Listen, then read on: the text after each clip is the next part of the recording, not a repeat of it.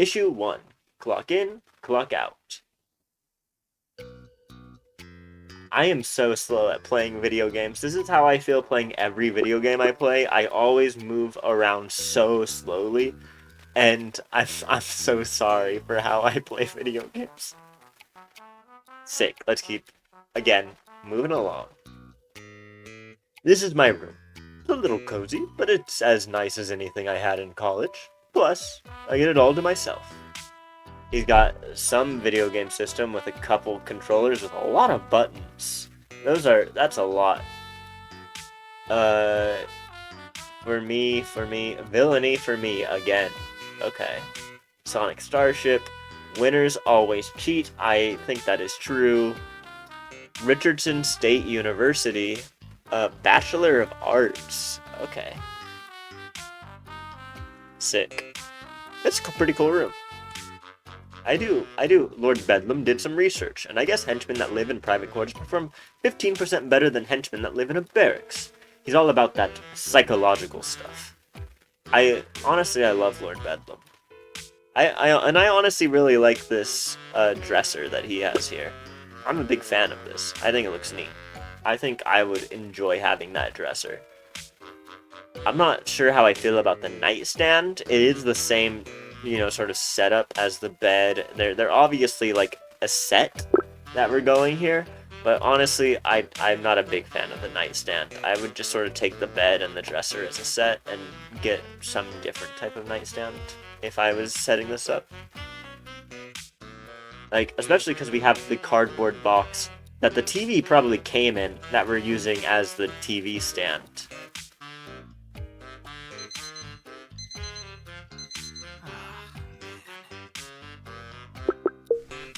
I guess private bathrooms don't affect performance or something because we don't get those. So after I wake up, I grab my towel and toiletries and head to the locker room. The locker room isn't bad. I mean, it definitely smells a little funky, though part of that is my fault. I did get tossed into a garbage can a few weeks ago, after all. Save the theft for the job, respect fellow henchman's property, some honor amongst thieves. Body odor isn't a superpower. Shower. Alright, that should really be at, like, all of the different superhero, like, comic cons and stuff. Healthier teeth get knocked out less. Remember to brush. I feel that. I feel like my teeth are really bad at the moment. Even supervillains should wash their hands. Yeah, I don't think it's necessarily evil to be unhygienic. Also, sometimes the hot water in the showers cuts out for a second, so you end up yelping like a small dog and hopping around naked. That's super fun. Anyway, the line for the showers is always pretty long, so I start by heading for the sinks to brush my teeth. Morning, Stan! You're looking chipper as usual. Not everyone has your pep. You're not funny. Good to see you too. I think... Yeah, no, fuck this guy. You're not funny, Dave. Cuck number 53, you're not funny. Oh, I get it. It's because I look like shit. Dave's a That's very clever, Dave. That's pretty good. He looks like an ape. This dude is 100% a great ape. This is not a homo sapien. What's clever? Oh my god, Dave. Dave is without question the most overwhelmingly positive person I've ever met. I don't think he even understands sarcasm, like, as a concept. Sometimes I forget. He's also my supervisor, which as far as I can tell means that his job is just to kind of exist, but with more enthusiasm. Never mind, Dave. It's not important. If you say so, good buddy. So, pop quiz for you, buddy. What's your assignment for the day? To brush my teeth. Well, we don't have an operation, and today is Tuesday, so that means I'm guarding a door. Yo, today is Tuesday at the time of streaming and recording this. Correct! You're assigned to guard the classified Level 4 research chamber. I'm glad that I can count on an experienced guy like you for something so important. Classified level 4 research chamber. So, how many So this is the only research chamber on level 4? How many research chambers are there? That's what I want to know. Well, I've guarded it every Tuesday for years, so yeah, I guess you could call me experienced. I'm a regular veteran of standing next to a door. Not just any door, a level 4 door, and Lord Bedlam has entrusted its protection to our team. It's a big responsibility. By keeping that door safe, you keep Lord Bedlam's plan safe, and Lord Bedlam's plans are going to help all of us. Doesn't it feel great, to be a part of something bigger than yourself? Wow, he's getting real obsessive. It's starting to get a little culty. I'm a fan of culty. I hope Lord Bedlam is more culty at this point, because that is the kind of emphasis on my sentences that I need to hear. Most of the time, henchmen fall into one of two categories. Either they think of it as a job, like me, boring old Stan, or they've genuinely bought into the supervillain's cause or cult of personality. Yeah, like cuck number 53. Dave is definitely the latter. I'm almost certain he has a Lord Bedlam tattoo somewhere. Like, I don't mean some wrist or ankle thing. I'm talking lower back. Yeah, we all got the tramp stamp joke, and you know what? I'm all for it. I'm all for a little branding. Yeah, it's fantastic. Well, can't do such an important job smelling like this, so I'm gonna go take a shower. See you after assembly. Looking forward to it, buddy. Yo, new art. Yo, Lord Bedlam has his very own Thanos copter. Sick. There's... I'm a big fan of all the spotlights at what seems to be the main computer of the room. It might be just the perspective is weird and the spotlights are focused on this stage and the computer's back there, but it really looks like the spotlights are all pointing at the computer. That is very interesting. After showering, shaving, and putting on my snazzy purple uniform, I head to the main hall for morning assembly, where we'll all be addressed by Lord Bedlam in person. The hall itself is pretty massive. Of course, it has to be since it doubles as our hangar, as anyone could tell by the grounded jet helicopter hybrids that sit parked on the hall's east side. Yeah, all our Thanos copters. Suddenly more than enough room to fit all of us comfortably. After all, we only number about 200 or so, which is a lot less than some of the bigger supervillain outfits. 200. I feel like that's a little past peak human capacity for socializing. I think human capacity for socializing is you can know 150 people, and after that point it starts to get broken down. So I think 200 is a little bit more than you probably want in a small outfit. I feel like you normally want about 150 people for a small outfit.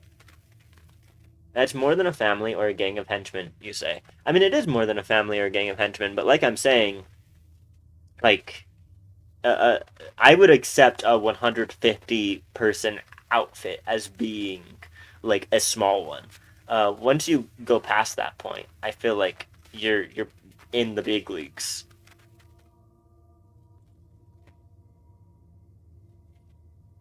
At the far end of the hall, there's a small stage with a podium set up.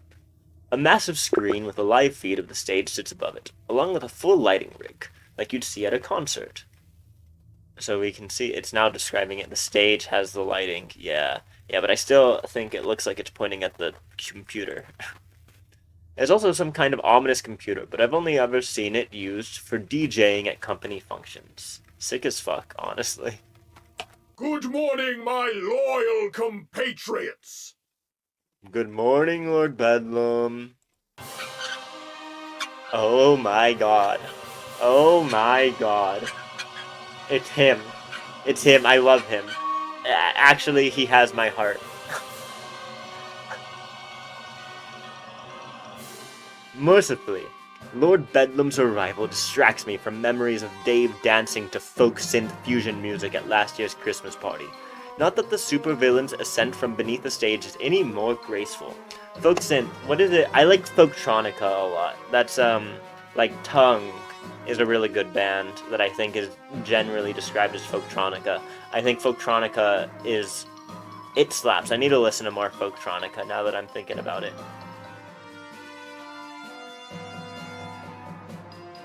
I don't know why he insists on making an entrance like this. In a world of superheroes, a stage elevator just isn't that impressive. Maybe he just gets a kick out of it. I don't know. Some of the guys eat it up. I eat it up. Shut up, Stan. I hate you. This dude is sick. Oh yeah! You're the greatest, Lord Bedlam! Does he really react like that every morning, you ask? Yes. Yes, he does. Thank you, thank you. I love the enthusiasm. I love you, Lord Bedlam! All right, maybe just a little bit less enthusiasm. Teeny bit. Like I was saying earlier, like he's still really emotive. I don't understand how his mask is providing that much benefit to the poker nights. Sorry, Lord Bedlam! Yes, well. Moving on. Today is a normal Tuesday, so you should all know your daily assignments. If you've somehow forgotten, consult the laminated schedule you received at the beginning of the quarter. If you lost your schedule, see Sam Leonhardt in HR and she'll make a new one for you. But the printing fee will come out of your paycheck, just so you know. I mean, they're laminated after all. That's not free. He's so right. I'm a Lord Bedlam stan. We do have some injury updates for you today. First, the good news. It looks like John Kess will walk again after that encounter with Muscle Master. I know we were all pulling for him. The bad news, Mace apparently has no idea who he is following his 7 concussion at the hands of the Shrouded Avenger, so he will not be returning to work. His family has received a fruit basket. You see, this is the exact type of comedy that I love. Like, really just basic run-of-the-mill sort of situations of dealing with like superheroes or magic.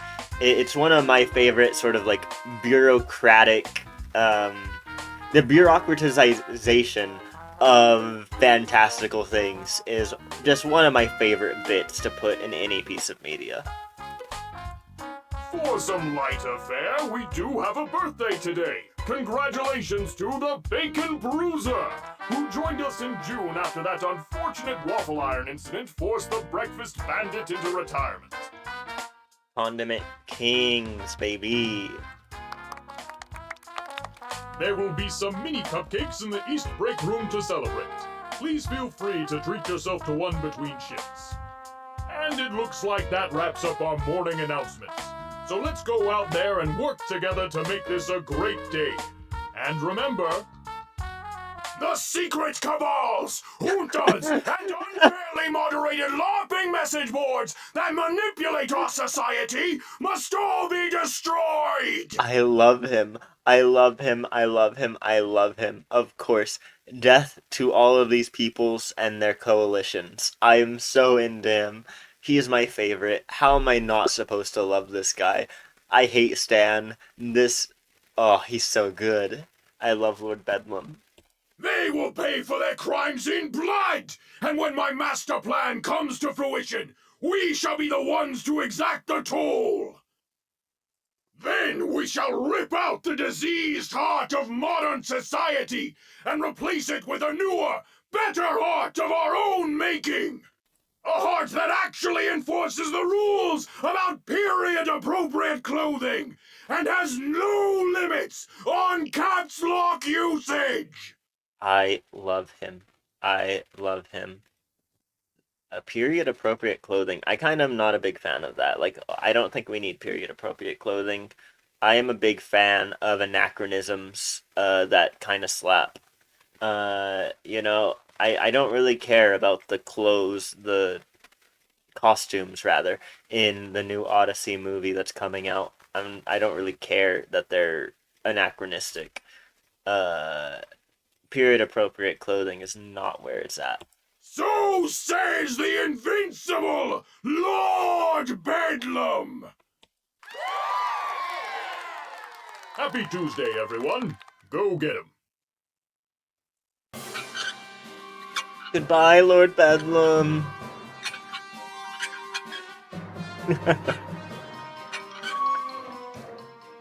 Yeah, I won't dance around it. Amiable or not, Lord Bedlam is still definitely a supervillain, and what we do is in a bit of a moral, well, black area, I suppose. It's for a good cause, I think. The whole pay in blood thing was totally a metaphor, though. Lord Bedlam isn't about killing people. He does have that line. I made sure. I love this guy. Why? Stan sucks.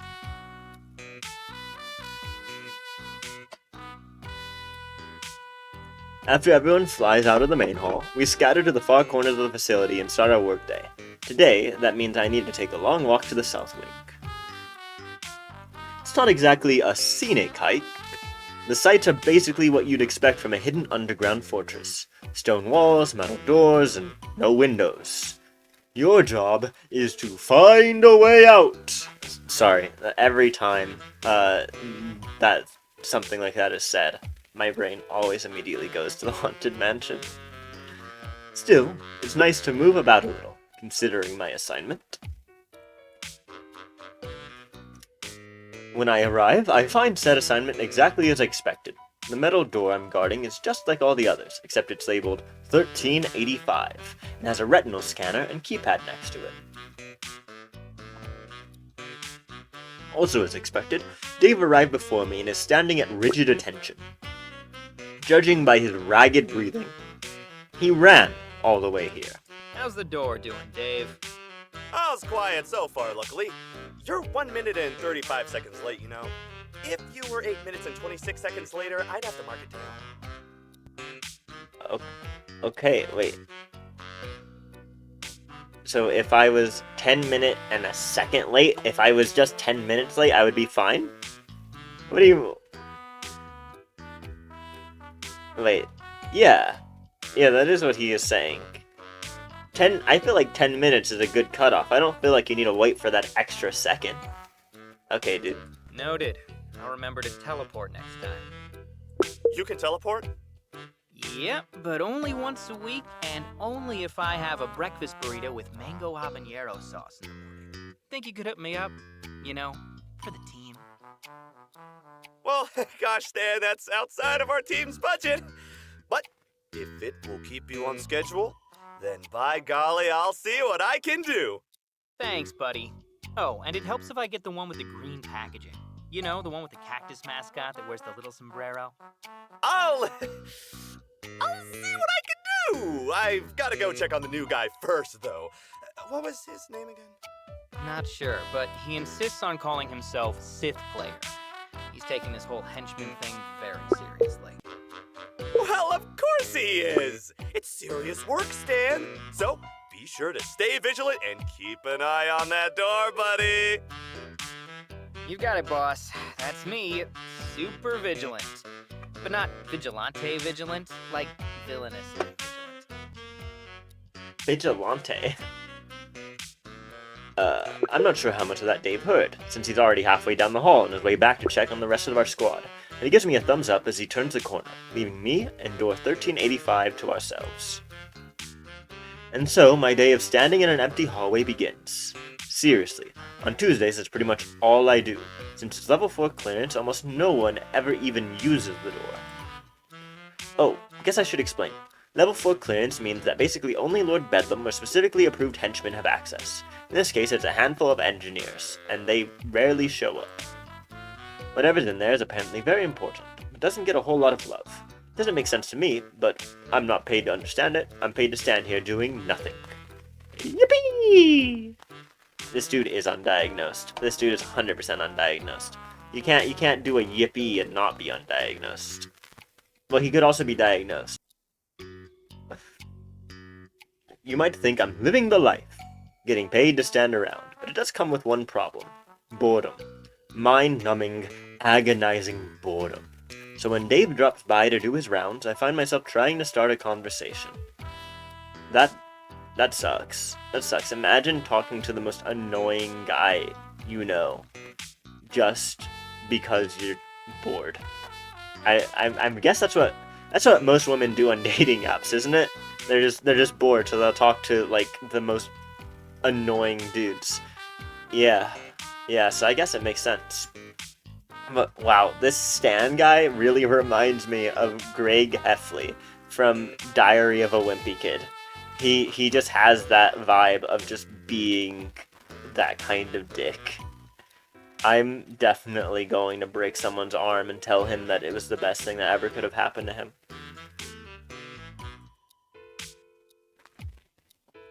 It doesn't always work, and sometimes I regret it. Still, I feel like if I don't at least try to make my brain function just a little, it'll just shut down on me one day. Hey there, buddy. How's your day going? All your tasks on schedule? Hold on, let me check. Yep, door's still there. So my sole task of standing beside it and waiting for someone to actually use it remains right on track. Well, that's just swell. You're always on the ball, Stan. Was there anything I can do to help you out? Maybe get the facility crew down here to give that door the old spit shine. I think the door's shiny enough for now. But do you mind if I ask you something? Non-work related, I mean. Sure thing, buddy. Daily chats with the team are an important part of being a squad supervisor, after all. What's on your mind? So, what we're looking for, we can ask him if he has the online dating scene, excited for game night. Honestly, the thing is, I would probably ask if he was excited for game night, but given our previous discussion of talking about how this is basically me talking to a dude on a dating app because I'm bored, I think we should ask him about the dating scene. So, how are things going with that dating app? Have any hot dates? Huh? Oh, I don't know. I've chatted with a few girls. On the app, I mean. It usually starts okay, but we always seem to have a difference in our beliefs. Yeah, you're in a cult. What, like religion or something? Yeah, you're in a There are cult. specific apps for that if it's a big deal for you. Oh, no, not that.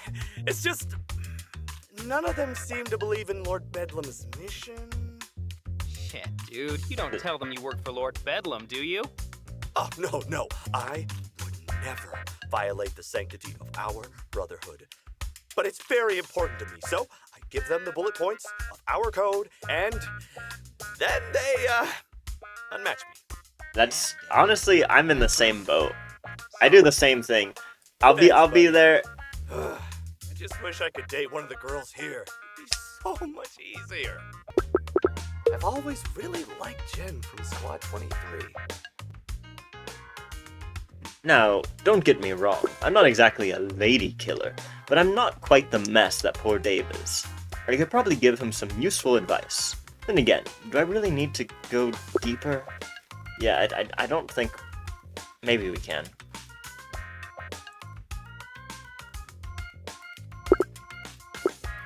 Okay, so just improve your profile. People have different interests. You shouldn't date a coworker. I don't know. Like I said, there's like 200 people here. I think it's probably fine to date a coworker. People have different interests. Sorry, I'm looking at something real quick. So, yeah. What is it that we want to say to this guy? I don't think this one has much merit to say here. I think people have different interests. That definitely do. I could just say just improve your profile. I don't feel like that's enough. I think people have different interests. I think this dude can talk about whatever he wants to talk about. That's what I do. And I mean, like, I have fun with dating apps. He just cares. I think he cares too much, and I think a lot of people do care too much. And you just kind of chill out, have fun, talk about what you want to talk about. Listen, man. People all have different interests or beliefs, but that doesn't mean they can't get along. It doesn't mean they couldn't date even. But it's really important to me. Oh, it's important to me too, buddy. I am all about, our righteous cause and stuff. Thing is, just because these ladies don't share our enthusiasm, doesn't mean you won't enjoy spending time with them. Put it this way. Let's say you found the one, right? She's smart, she's funny, she's beautiful, and you love spending time together. You're a perfect pair. Except for this one thing. Would you really let that end it? I think yes. Like, I know he's part of a cult, and I know that, if we're gonna sit here and yeah, that really shouldn't be the be all end all, because it is this weird culty thing that's happening right now. But I think it's totally valid to be hung up on differences in beliefs about how the world should end up. I think that's a totally valid thing to do. Stan is such a mess. Well, when you say it like that, I guess it makes sense. Thanks for the tip, buddy. But as your supervisor, I'm obligated to inform you that you are coming dangerously close to questioning Lord Bedlam's sacred mission, and I'm going to have to note that in your review. Oh, thanks for the heads up, I guess? You're welcome! As a squad supervisor, my duty to Lord Bedlam has to come first. You know that, buddy! Sure do.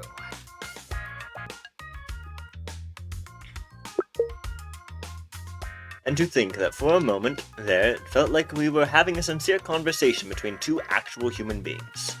Serves me right, I guess. Sometimes these conversations go better. Sometimes they go worse. Luckily, they all eventually end, and Dave leaves to check in with another member of the squad. Alright, Stan is an asshole, but that was actually kind of a funny bit for once. After that, it's another long, eventless stretch of waiting and silence, before I'm eventually relieved for lunch, and I head to the cafeteria. The cafeteria isn't much different from what you might find in a high school, or a prison. Really depends on your perspective, I guess. There are long, stained tables with uncomfortable plastic benches attached, a tile floor that is probably what a grizzled war veteran would look like in floor form, and the faint smell of mold and hopelessness. I don't think a veteran would look like that. I disagree with that take. The X's won that tic-tac-toe game. I mean, War Games is over, I guess. Tap water, it saves money, sick as hell. There's that recent, the Jesse Wells subway take, where they're not on the subway in that take. I don't think so. I think they're on a boat, which I don't think there's any subway boats, but that was pretty funny. I did enjoy that Jesse Wells subway take.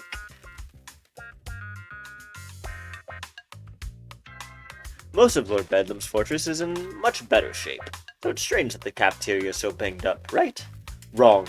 See, Lord Bedlam may be head honcho everywhere else, but this place has its own dark master. Who is it? Oh, okay, who is it? History teaches us that whoever controls the food supply gains incredible leverage. The lord of this terrible domain learned that lesson well. So long as Lord Bedlam gets his tuna melt, this despot has absolute autonomy. Janitors, maintenance, engineering, none can defy his will. Not here in the heart of his kingdom. So rose Antonio Giamatti, master of the cafeteria and my stomach's personal tormentor. Next! Hey, knocking to you, pal! What's up, Antonio? Chef Antonio. Oh, sorry. What's on the menu today, Chef Antonio? We got bologna casserole, bologna hot dish, and bologna surprise. Bologna. For a month, bologna. That train we hijacked last month must have had 5 cars full of stuff because we haven't seen any other meat since. I glanced down at my options. I only see 2. Though they are each labeled as hot dish and casserole, they look exactly the same. Cheeky bastard. Maybe the surprise is different. The bologna surprise, the bologna hot disherole. Let's go with the surprise. I think I'll try the bologna surprise. You got it! Surprise! You just gonna throw it at me? It's casserole. Oh, Wait, no. what? Are you serious? What? You say you want a surprise, so I surprise you with which one you get. You're surprised, ain't you? I mean, technically, but those two dishes are exactly the same. Why even give us a choice if it doesn't mean anything? The same. Great question, as I'm playing a little visual shit. novel. What do you know about the art of cooking, huh? You think you're some 5-star chef or something? Just 'cause they look the same don't mean they taste the same. Good point. You're right. I don't know anything about cooking. I'm sure they taste very different. And Thank you for the meal. Thank you for the meal, Master Chef Antonio Giamatti. It's a stat. As I walk to my seat, I have a sinking feeling that I've made a horrible mistake. Maybe there's some hidden meaning here about the illusion of free will or something. There is some meaning here about that. That's what we're talking about. Visual novels. It's gonna be a telltale game. None of our choices will mean anything. I'm so excited. Or maybe I should just remember that you can never beat a chef in their own cafeteria. Next!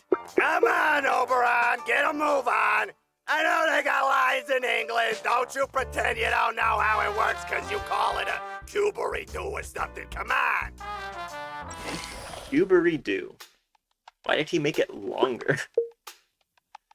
I tell you what my day was like after lunch, but honestly, it wasn't any more exciting than the first half of it. I stood by a door some more, had a few more awkward conversations with Dave, and clocked out. Actually, let's go back to him calling it a cubery-doo. I was at a coffee place with my brother, and my brother tends to use the nickname Q. And so we were at the coffee place, and he got like a coffee, and he said the name was for Q. And the woman who was working there, she wrote it down. She's like, I don't know how to spell. I'm just gonna write it like a line. And I was just like, it's just Q. You can just put Q. You don't have to spell it any way. I think the Q would have been fine, and it would have been so much quicker. That was weird, and felt like a very much like a a moment where the coffee shop writes a name weirdly just for the press of writing it weirdly. The only thing I did different today was take advantage of my personal food stash for dinner. It's running low. Only a few protein bars and ramen packets left. But better to tap into it than face Antonio again. So yeah, like I said, other than my apparent rivalry with our lunchman, I live a pretty normal life most days. Sleep, eat, work, and repeat. Thrilling stuff. Of course, not every day is the same. We have different assignments each day of the week. For one thing, and every now and then, we have what Lord Bedlam calls an operation. In other words, supervillainy. As it happens, this Wednesday is an operation day.